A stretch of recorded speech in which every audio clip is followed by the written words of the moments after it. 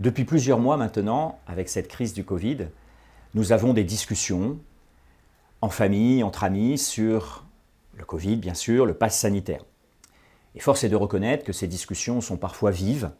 Cela peut provoquer des divisions, des amertumes, des moments un peu difficiles.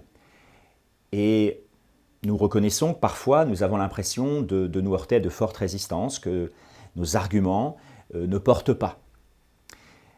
Et cela n'est pas uniquement d'ailleurs le cas du Covid. On pourrait extrapoler à d'autres situations, la politique, la situation de l'Église ou d'autres, où les arguments rationnels semblent peiner.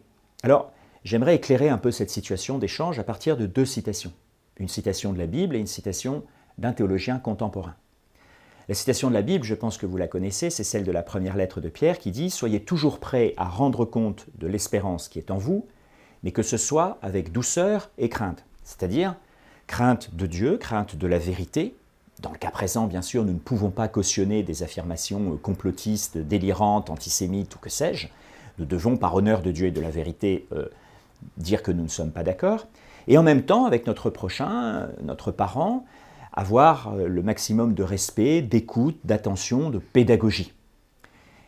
Mais cela ne suffit pas. Nous constatons que cela ne suffit pas. Pourquoi ? Au fond, parce que nous ne sommes pas que des êtres rationnels. Nous sommes avant tout des êtres émotionnels et relationnels. Et qu'il y a derrière tous nos arguments autre chose. Les arguments ne suffisent pas.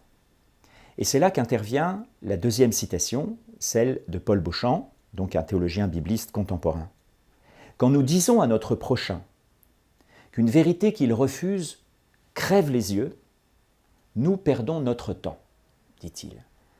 Pourquoi ? Parce que notre prochain va avoir l'impression, au fond, qu'on lui tord le bras, qu'on contraint sa liberté, qu'on veut l'obliger à céder avec des arguments purement rationnels. Au fond, dans le mot « convaincre », on va entendre beaucoup « vaincre ».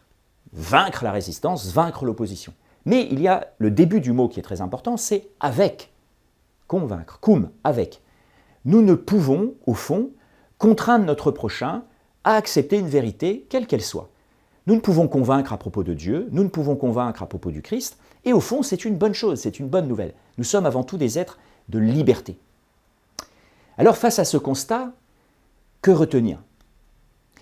Eh bien, que nous devons, au fond, inciter notre prochain à faire lui-même le travail de vérité. Nous devons, par exemple, l'encourager à écouter les personnes qu'il estime et qu'il connaît, son médecin, à s'informer lui-même, à aller par lui-même vers des sources.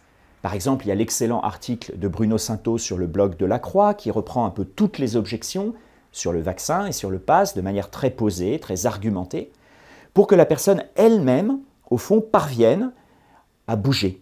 Et le dernier conseil que nous pouvons lui donner, c'est « Écoute, voilà, je t'ai dit ce que je pense de la manière la plus claire, la plus honnête possible.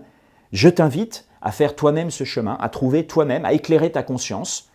Et j'ai confiance que nous pourrons nous rapprocher, que nous pourrons continuer à parler. » Donc au fond, cette affaire qui a si souvent divisé nos familles et nos cercles amicaux cet été, eh bien, peut nous aider à progresser dans, au fond, ce qui est vraiment essentiel dans les rapports humains. Cette question de confiance, d'estime, de relation.